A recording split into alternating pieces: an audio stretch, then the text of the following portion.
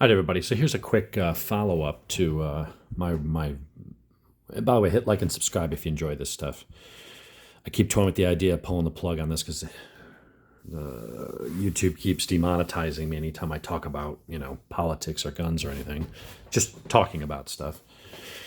But I know people get value out of this stuff, and they seem to like the TuneECU stuff. So, I rode the Rocket 3. We've done a video on how to unrestrict it rather. I also found that as much as I enjoyed the Tiger 1200 GT Pro, I got the pleasure of riding about 100 miles or so on some fun roads up in the North Georgia mountain areas, and was able to play with it. And while it really did impress me, it was a hell of a bike. I felt like it was holding back because I look at the spec sheet and I'm like, all right, it's a 145 horsepower bike and it's got lots of torque. And it was certainly a quick bike, but it didn't feel as fast as it should. And I'm like, you know what? I think I know what's going on. So you go into TuneECU. I opened up the map, pulled the map for that VIN. It's 31199. That's for the US and Canada for the 2023 or 2022 and newer GT Pro. And here's what I find. I went through the fuel tables look good. The ignition tables look good. Like I wouldn't add any ignition advance. In fact, normally when I tweak a bike for performance, I don't go any higher than this. So it's good to see that Triumph on this bike, at least as far as the ignition tables are going, they're not pulling any power here. That actually looks really good. That's kind of like what my Speed Twin looks like. My Speed Twin actually tops out at 38. That's it. So these are good ignition tables from the factory. It's the ride-by-wire, man. It's exactly what they're doing. I've gone through these tables, and the one that looks like it is sport to me is the most aggressive one because there's rain, there's road, there's sport, and then there's off-road. I believe ETV4 here is the off-road, and the one that's just a tiny bit more aggressive is going to be sport. And in that, you've got different sport tables. So it doesn't do it by gear, it does it by groupings of gears. So if you ever wonder, why does it say ETV3 and then a :1? If you click on that, it'll go to 2. And then if you go, it'll go to 3. And now you'll start to see where there's more power in the top gears, but down low, it's really limiting it. It felt very anemic in gears. First gear just felt anemic. Second gear had more pep, and then it got progressively better, but it always still felt like it was holding back, but especially in the lower gears. So when you're you're getting rolling off of a start or from a stoplight or going up a hill in second or third gear, it just always felt like it was wheezing a little bit. And it had good power, but not what I would expect for a motor with those specs. So what I would do if this was my bike, and I am considering it, is I would go to ETV3. I'd leave the rest alone. Leave the bike the way it was intended, but give yourself one mode. Give it sport. Make it really sport. So here is what I would do. I would have the same map for all the gears. So I wouldn't have it soft in first and second, and then maybe second and third here. It gets a little bit more, and then when you get to fifth, you got more power, and then you get to six, and you got just a tiny bit more. I would make them all the same. Make the engine response the same and predictable in every gear. That's what I would do. So you can see in the upper gears, it is not as restrictive. You are actually going to get 100% up here, but it's still holding back a little bit here, and it doesn't hold it up here, to red line. So what I would do is I would start with your map in sixth, and I would take that map, and I would copy this and paste it there. So you're going to get 100% all the way. It won't shut the party down.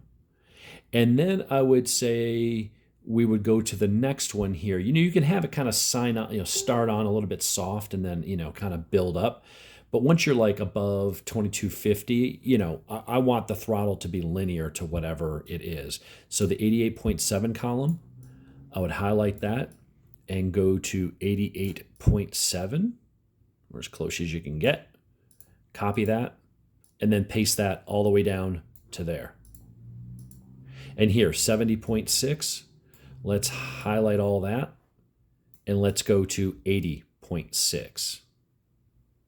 You're not increasing the horsepower that the motor is capable of. We're not changing the tune. We're not changing the ignition. We're not doing any of that. But here, you're giving it 72.5% throttle, and the motor's only going to deliver 59%. So that's what we want to get away from where we say no. If I ask for 72%, give me 72%. So just come in here and make all your changes. Let's see. I don't know why these are all 80.5. Yeah, that's fine. Actually, it doesn't matter there. All right, so then we'll go across here and let's see. Let's start from 22.5 up. And let's go ahead and raise that to 56.5. So people go, oh, is this going to hurt the motor? No, the motor is designed to do what it's designed to do. All we're doing here is we're just saying, look, when you give it throttle, when I twist the grip, how much are the throttle bodies going to actually open? On an older bike with fuel injection, or carbureted for that matter, there was a cable that ran from the twist grip down to the throttle bodies. And so when you yanked it to 80%, it physically pulled the plates open 80%. Here, they're toning that down so that you're only getting a certain amount. And it's what they do with rain mode. That's how you get a rain mode. That's why rain mode exists. You give it 80% and it goes, no. How about 34? We want to keep it, soft and keep your traction and, all that stuff. So all we're doing is just saying, no, give me what I ask for. You're not asking for the motor to do more than it can. You're not changing the tune. You're not going to worry about running lean. You're not making the motor do more than it is. They rated that motor at 145 horsepower at the crank. That's what they marketed. That's if it's running wide open. Well, but you're not on the road. That's the problem here. So we go down. And basically, you just want to kind of blend these in. So we may go increase these a little bit, but go and start basically at 24% on these columns here. You want to go up to 32, whatever the number is up top in the uppermost column. That's where you basically want to end up, okay? Below 24%, we want to keep it more gradual so it's not snatchy and abrupt when you're trying to cruise, but we still want to increase that slightly. So I would take down here, and we're gonna redo these columns over here, but this is the idea here. We're gonna take that top one up to like maybe 12. So you're just gonna be adding a few percentage points. So you want it to be just a little bit more in these areas, but not like crazy, right? So you just add 2 or 3%. And then down here, it's going to be 2%. Then over here, it's going to be 1%. And just so take each of these columns and just increase it, a little bit. Try to make it a linear progression. So there's it's each step goes up proportional to the one next to it. And you could fine tune this to your liking. All you're doing is changing how, when you do this, how does the motor respond? There is no chance of blowing anything up. You're not raising the rev limiter. You're not turning off O2 sensors. You're not adding or subtracting fuel. You can't create a rich spot or a lean spot. You're not changing ignition timing. You're not doing anything with the tune of the motor. All you're doing is saying, when I do this, here's how I would like you to respond. I don't want to go to 50% and it goes, well, how about 10? And then we'll go 15 and then we'll do this. And it's a delayed, kind of a slow. That's what your road and rain are for. When you want to wick it up and you want to have fun and you want to play with the sport bike guys, you go into these tables and you make them much more, I guess, how did I miss that one? You make them much more linear, okay? And that way it's just like a bike before you had ride modes. You give it gas, you twist the throttle, and the motor says, okay, whatever you're asking for, that's what I'm going to give you. This is changing throttle response. You're not tuning the motor. You're not making it work beyond its design specs. You're not running any chance of blowing anything up. You're just saying, this is what I'm asking for. That's what I'd like you to deliver. Don't delay it. Don't have me snap the throttle to 80 and you take 4 or 5 seconds as the revs slowly climb to get to there, and then you deliver only 60. When I go to 60, give me 60. When I go to 40, give me 40.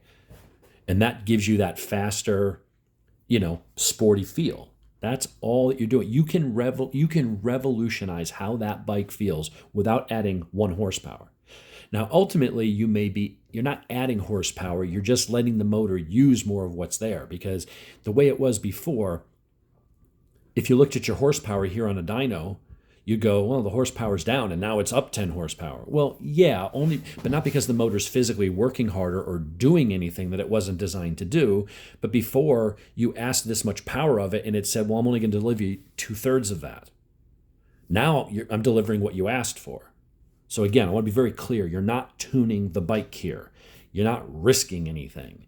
You're just coming in and making these a bit more aggressive. Now, you don't want to be a muppet and come down here and put hundreds here, because you're going to give it a little bit of throttle and it's just going to go and take off at 100, wide open. Use your head here. These are your throttle positions. This is how much you're asking for. And down here is your RPMs. So once I'm out here at wide open, when I give it 100, open them up and just let the bike do what it can do. And it makes what it makes, right? So I would do this only with ETV3. Obviously, I haven't gone through and done all these. I'm just showing you how to do some of these and making it a bit more aggressive. And I would clean this up and blend these in a little bit so that there's no giant spike at any one particular point. But get this the way you want on ETV3. And when you hit the checkbox, make sure you check them all. What that's going to do is now copy them. So if I go to ETV1, which is your lower gears, it's all the same. And that way you get that consistency. The throttle right now behaves sluggish in first, not quite as sluggish in second. And then by third, fourth, fifth, and sixth, it's not as sluggish, but it's always sluggish. It's always held back. Those tables were like rain mode on other bikes. Like I was amazed at how much they pulled back. There's no need for that. Anyway, that's how you would go ahead and unrestrict this. So this works on the Rocket. Street triples and speed triples typically are not. Those are performance bikes. These other bikes have performance motors in them, but they really do pull them back. The Speed Twin's that way. The Trident is that way. Some of the other Bonnevilles, even the Bobber was held back. These are simple mods you can do. You're not changing the tune. You don't have to worry about, well, what mods do I have? I don't have an exhaust. It has nothing to do with that, guys and gals. Nothing to do with that. All this is changing is, how does the motor respond? I have ride modes in my car. I got rain, snow mode. I've got sport plus, track mode. None of it changes necessarily the horsepower. All that's changing is traction control algorithms and things like that. It's not messing with this. This is just strictly the rod-by-wire. It changes your throttle response, changes the pedal. When you mash it to 50% in rain mode, it's going to very slowly come on with the power because it knows you had limited traction. But when I'm in sport mode, when I hit the gas, the motor goes vroom, and it wants to go. That's what we're doing here. It's all we're doing. It's not rocket science. Use your head, but come in and make these all match the columns up here. And then once you're under here, you don't want it to match, because down low, it's hard to really modulate throttle at low throttle openings. But you want to come in and basically, increase this like maybe 1.5%, maybe 2% in this range, maybe 3 to 4%. And by the time you get to 20-ish, you want it to be basically linear. So whatever your column in, that's the amount that it's going to open. You will be much happier if you're a sport rider, because you're going to be like, why is this thing so sluggish? Why does it feel like it's wheezing? Why does it feel like it's struggling? Because they did it by software. You can get rid of that. Anyway, there's your tip for the day for the Tiger 1200. If I own this bike at some point, and I might, first thing I will be doing, I'm not going to bother with exhaust and tuning. It's just not that kind of bike. I will come in here, though, and I absolutely will be going through this with a fine-tooth comb and refining sport mode so that, I can ride it around lazily and in the rain and off-road, and it does it the way they designed it. But when I go in sport mode, I want it to be sporty, and that's what we're doing here. Anyway, hope this helps you guys.